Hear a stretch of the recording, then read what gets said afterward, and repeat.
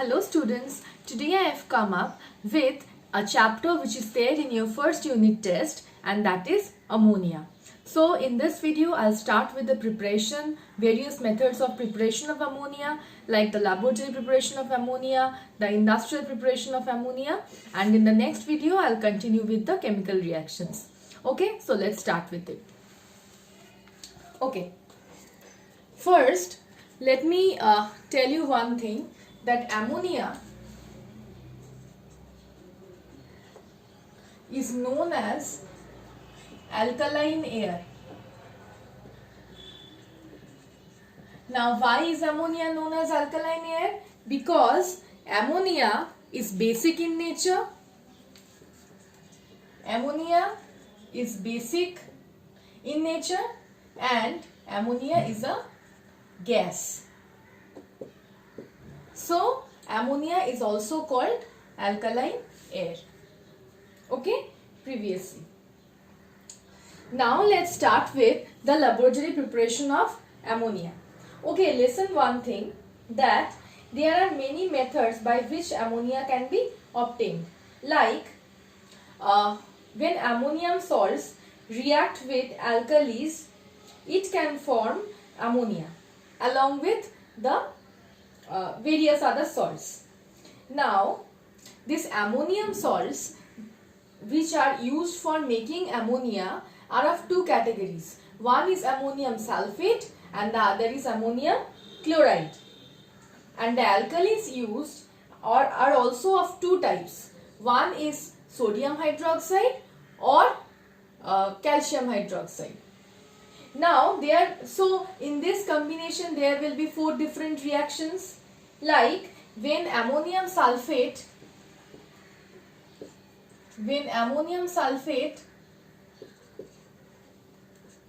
reacts with sodium hydroxide,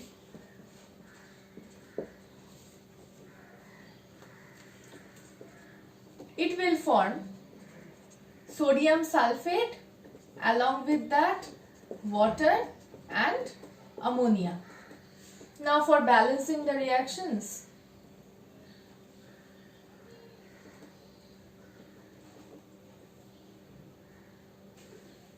okay, so reaction is balanced, this. Or if we are using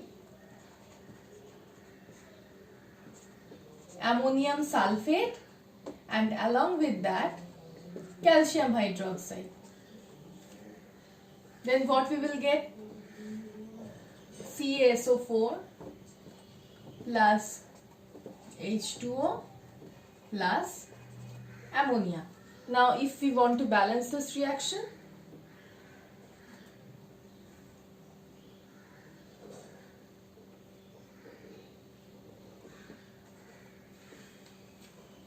okay. Now, these two are ammonium sulfates. I have told you about another salt, ammonium chloride. When ammonium chloride reacts with NaOH, it will give you NaCl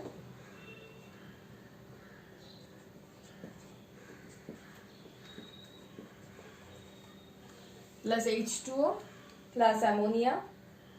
So this reaction is already balanced. Now,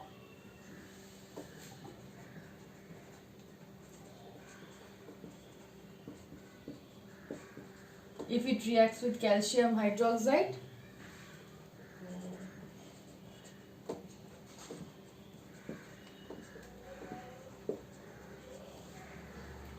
if I balance this reaction,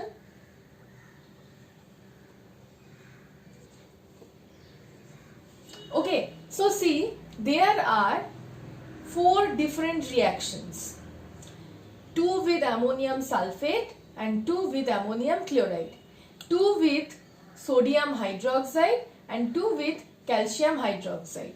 All these reactions can be used for preparing ammonia as the product.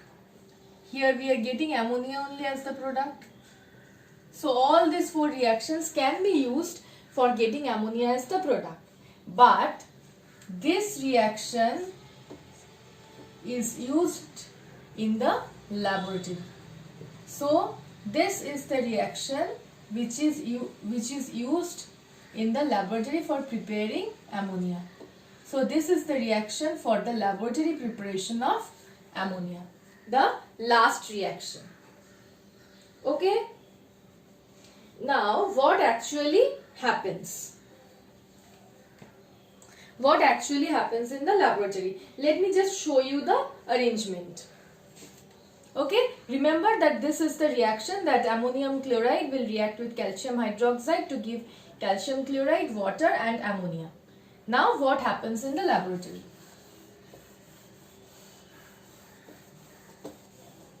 Okay, the arrangement is such that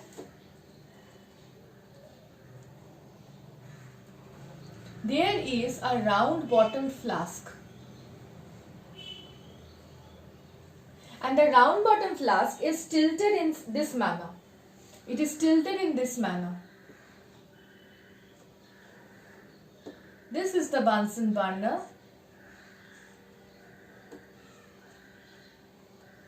This is the Bunsen burner.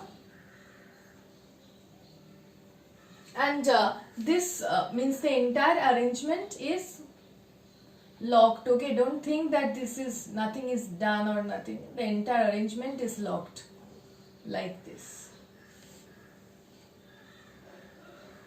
From here a delivery tube comes out,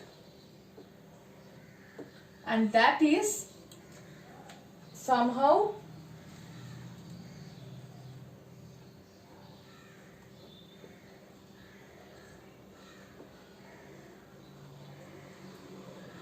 the end of this delivery tube is kept in a gas jar like this.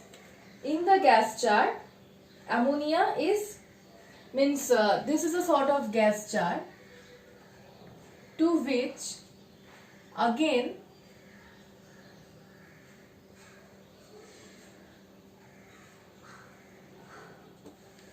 another sort of beaker is arranged like this.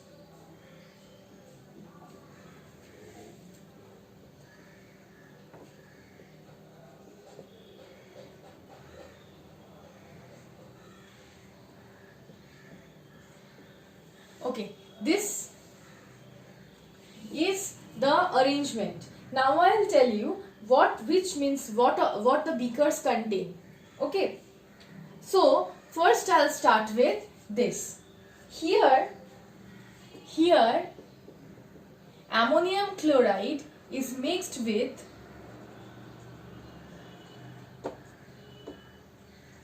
calcium hydroxide. In this beaker, ammonium chloride is mixed with calcium hydroxide. Since heat is given, so this reaction will occur in this beaker itself. And you know that ammonia is a gas. So ammonia gas will escape from this. Through this delivery tube, the ammonia gas will be obtained in this jar. Now, this jar is opened to another jar like this. This jar contains calcium oxide. Now calcium oxide acts as a drying agent. Calcium oxide acts as a drying agent here.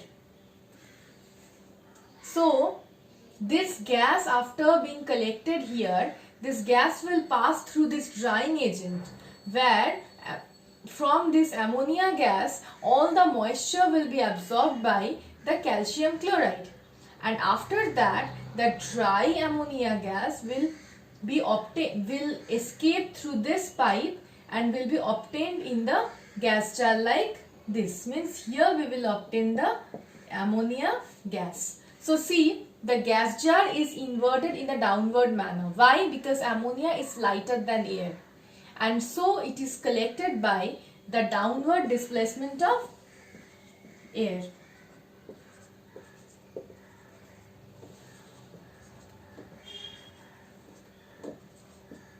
So what happens in the laboratory? This is a round bottom flask. The round bottom flask is inverted in this manner. In this round bottom flask, we will give a mixture of ammonium chloride and calcium hydroxide. Then the ammonia gas that will escape will pass through this delivery tube and will open at this jar. This jar is further connected to another jar that contains the drying agent, which is calcium chloride. You know that here in this reaction we will obtain water as the product. So ammonia gas will contain moisture. So when the ammonia gas will pass through this calcium oxide, this acts as a drying agent. It will absorb the moisture from ammonia, and the dry ammonia gas will escape through this pipe, and that will be obtained in the gas jar, which is kept in an inverted manner. So by the downward displacement of air, ammonia is collected. Now why ammonia is collected by the downward displacement of air?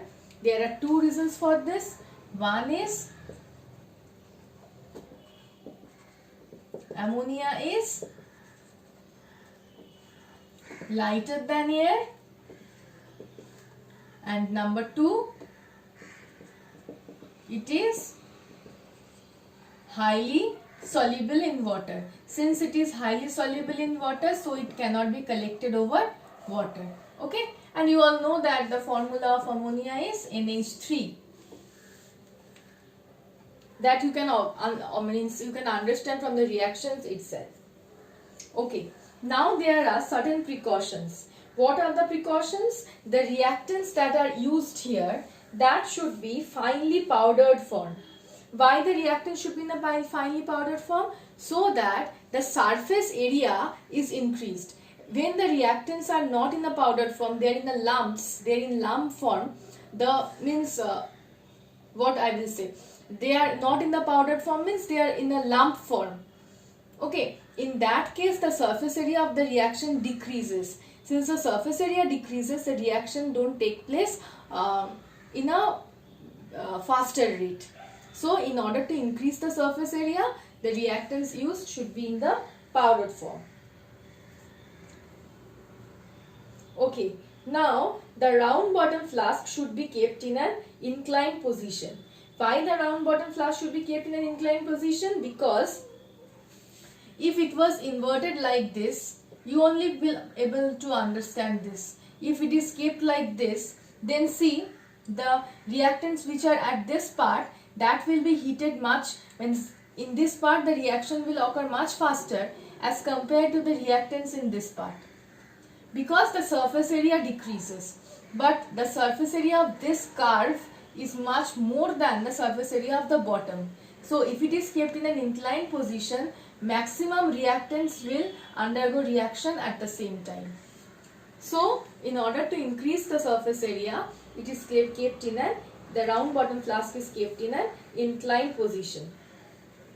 There is another reason for this, that the water which is formed in this reaction is formed in the form of water vapor. You can understand that since the reaction takes place by heating, so the water formed will always be in the vapor state. So if the reaction occurs, if the round bottom flask is kept in the straight manner like this, then the water vapor on reaching the top will undergo condensation and it will trickle back to the reaction again. That can cause a problem. But in the inverted manner, if the water vapor comes here and get condensed here also, it will be accumulated in this portion. It will not trickle back to the reactants again. Okay? And another precaution is that you should not use ammonium nitrate in this reaction. Why ammonium nitrate is not used in this reaction? Because there are 2 points. You cannot use ammonium nitrate.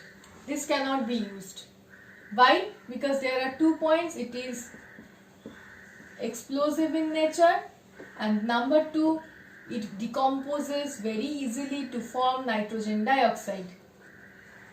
So 2 points. One is explosive in nature and it decomposes to form nitrogen dioxide. That's why we can use ammonium sulfate, we can use ammonium chloride, but not ammonium nitrate. Okay. Now another thing is that a higher ratio of calcium hydroxide is used. Means here calcium hydroxide is used more. A higher ratio of calcium hydroxide, I won't write the arrow like this because you will think that this is a gas. No. Ammonium hydroxide is taken in a higher ratio. Why ammonium hydroxide is taken in a higher ratio? Because you know that ammonium chloride is sublimable in nature. What do you mean by sublimation? Sublimable means those substances which on absorbing heat will directly convert into the vapor state from the solid state. So ammonium chloride is sublimable in nature. On getting this heat, many portions of ammonium chloride will sublimate into vapor form. So in order to counteract this loss of ammonium chloride, a greater amount of calcium hydroxide is given. Okay. And why in the sea? I have shown you 4 reactions that sodium hydroxide can also be used. Then why calcium hydroxide and NH4Cl are used as the reactants? The reason behind it is that calcium hydroxide and ammonium chloride both are cheap and easily available. And the advantage of calcium hydroxide over sodium hydroxide is that sodium hydroxide is deliquescent in nature. It will absorb moisture and dissolve in that moisture in order to change its state from solid to liquid. But calcium hydroxide is not deliquescent in nature. It will neither absorb moisture nor will it dissolve in that moisture. So it will remain in the powder form even on exposure to atmosphere. So calcium hydroxide is preferred over sodium hydroxide. Okay. Now why drying agent calcium oxide is used? Now there is a question that why this drying agent is used. There are many other drying agents. I am rubbing this part, otherwise I won't be able to show. There are many other drying agents. Then why calcium oxide is used as the drying agent? The reason behind it is that the other drying agents which are concentrated H2SO4, then P2O5, then fused calcium chloride. These 3 are the other 3 drying agents. What happens is that ammonia will react with these drying agents in order to form different compounds. So we won't be able to get back the pure ammonia gas. So these drying agents are not used. But then why ammonia won't react with calcium oxide? Ammonia won't react with calcium oxide because ammonia is alkaline in nature. Excuse me. Ammonia is itself alkaline in nature. So calcium oxide is a base. Ammonia is a base or alkaline in nature. Both the bases won't react, no? Here see concentrated H2SO4 is acid. So ammonia being basic in nature will react with concentrated H2SO4. But in case of this is a base, calcium oxide is a base and ammonia is basic in nature. So both the bases won't react with each other. Okay, so this drying agent is used but these drying agents are not used. Now what type of reactions, what will they form as product?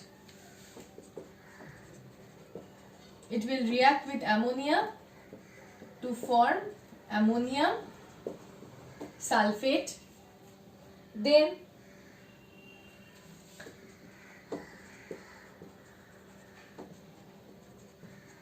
P2O5 will react with ammonia to form ammonium phosphate.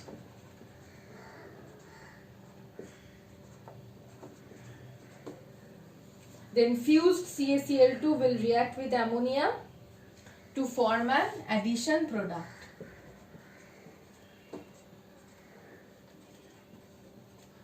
This is known as an addition product or adduct.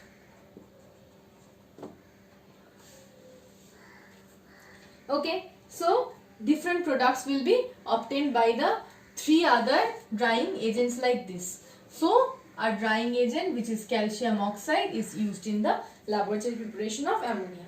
And I have explained before only that why downward displacement of air is done. Okay, so this is about the laboratory preparation of ammonia. Now another method can be used for preparing ammonia. In that method also, okay, now another thing is that how will you identify that this gas is ammonia? How will you identify in the laboratory that this gas is ammonia? This can be other gases also. You cannot see the gases, and ammonia do not have any color also. Then how will you identify that this is ammonia? What will you do? This is a sort of a glass rod. You will dip the glass rod in a solution of HCl. You will dip the glass rod in a solution of HCl. Then what will you do? You will place the glass rod here in the gas jar where ammonia is obtained. Means where you are thinking that ammonia is obtained. You will introduce this glass rod dipped in HCl here. What will you see? You will see dense white fumes obtained. You will see dense white fumes obtained. And what is the dense white fumes? The dense white fumes are because of the formation of NH4Cl. Means HCl plus ammonia will give you NH4Cl. And NH, you know that HCl is a gas, ammonia is a gas, but NH4Cl is a solid. So it is white in color also. So there it will form as dense white fumes. Okay, this, if it does not form dense white fumes, then this gas is not ammonia. But if the glass rod dipped in HCl brought near the gas jar containing ammonia, if dense white fumes are obtained, then you will understand that this gas present is ammonia. Okay, this is how you will identify ammonia in the laboratory. Okay, another method can be used also. This is the laboratory preparation. Another method is used for preparing ammonia. Now, what is that method? That method is from metal nitrides like magnesium, calcium, aluminium. They will react with nitrogen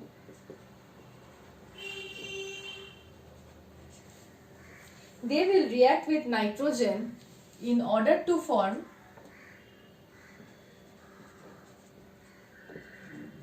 magnesium nitride, calcium nitride and aluminium nitride. Means these are the metal nitrides. Okay, metal nitrides are formed like this. Now, when these metal nitrides react with warm water, it reacts with warm water. Remember, warm water, not normal water, warm water. That will give you magnesium hydroxide, and along with that it will give you ammonia. So you will obtain ammonia by this method also. Now I'll just balance this reaction.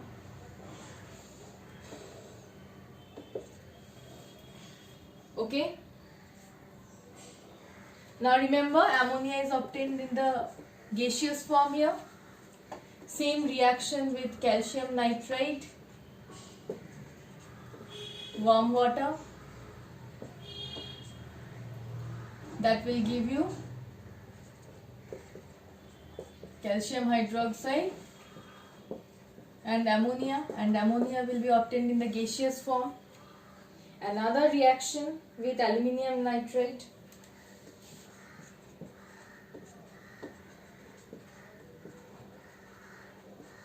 Within brackets you have to write warm here, okay? Underwater, just remember that.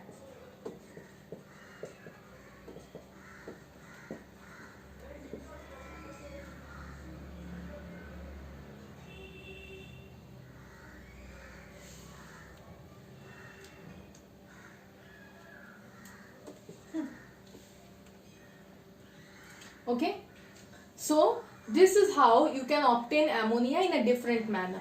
Here also just remember the precautions are same, the identification method is same, the collection of ammonia is same, that it is collected by the downward displacement of air, everything is same. But why this method is not used frequently in the laboratory? Because nitrides are expensive.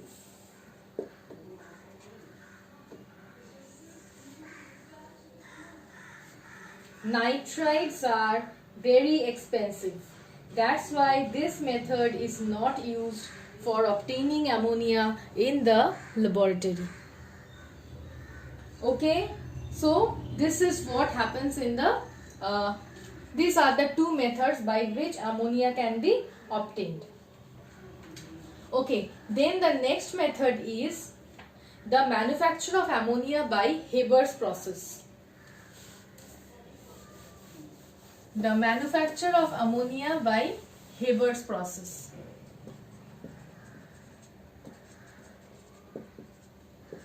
Remember the name of this process, Haber's process. Okay, ammonia is obtained in this form also. Okay, now what happens here?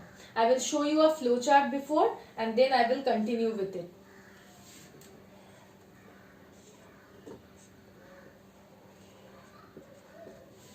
I will show the reactions later. First I will do the flow chart.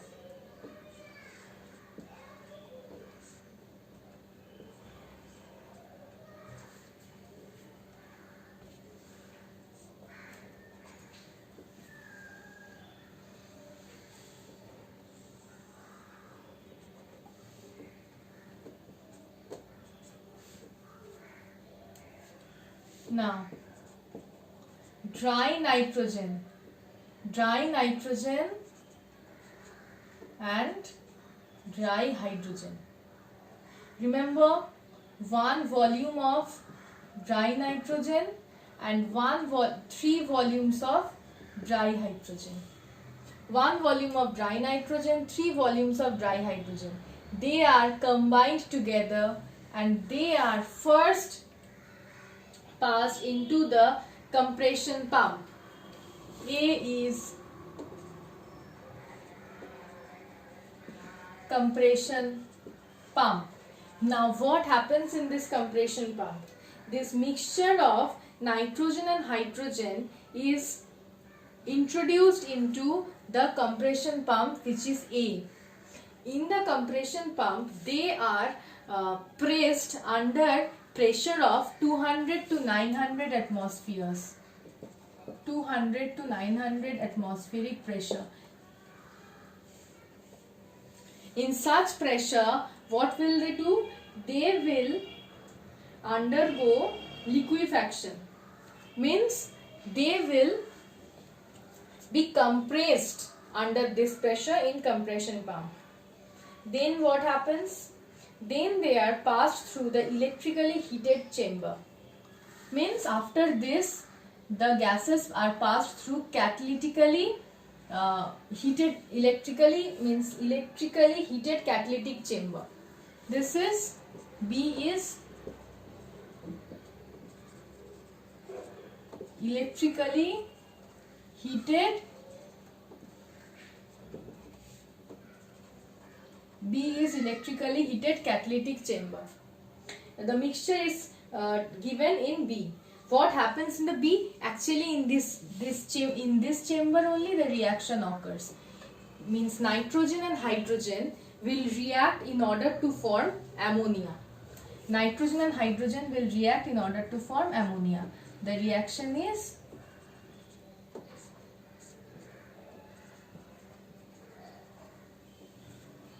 Okay, this reaction, the main reaction of forming ammonia, takes place in the catalytic chamber. Nitrogen, 1 volume of nitrogen, 3 volumes of hydrogen, after being compressed in A, will form ammonia in B. But remember, from B to C, the C chamber is known as condenser with cooling pipes. Means here ammonia is obtained in the gaseous form. Okay, here ammonia is obtained in the gaseous form. This is a electrically heated catalytic chamber. Temperature is very high, but this is the condenser. What does condenser do? Condenser contains cooling pipes. What will it do? It will liquefy the gas that passes through it. Okay, it will liquefy the gas that passes through it. Now you can see that this is a reversible reaction. Since this is a reversible reaction, the entire reactant won't combine to give you the product only. There will be uncombined nitrogen and hydrogen also. This uncombined nitrogen and hydrogen, on reaching the C chamber, will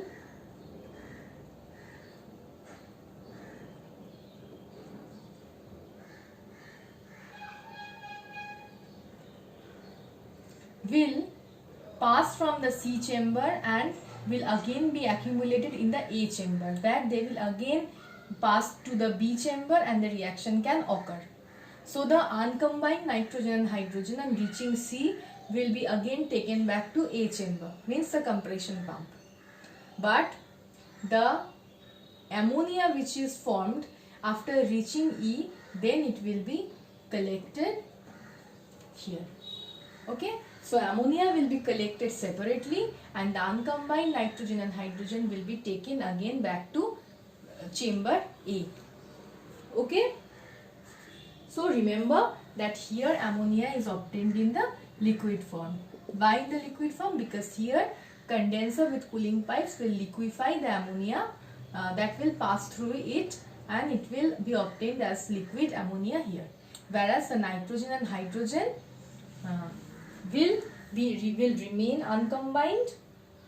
Now why they will remain uncombined? How can they be separated? Because ammonia can be easily liquefied, but these nitrogen and hydrogen cannot be easily liquefied, so they will remain as gases. So they will be again means they can be easily removed from this liquid ammonia.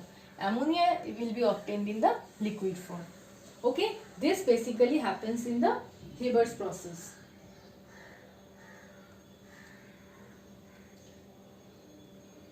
Okay, now why higher concentration of hydrogen is used? Why higher concentration of hydrogen is used? Because you can see that this is a reversible process. And according to a principle which is known as the Le-Chatelier principle.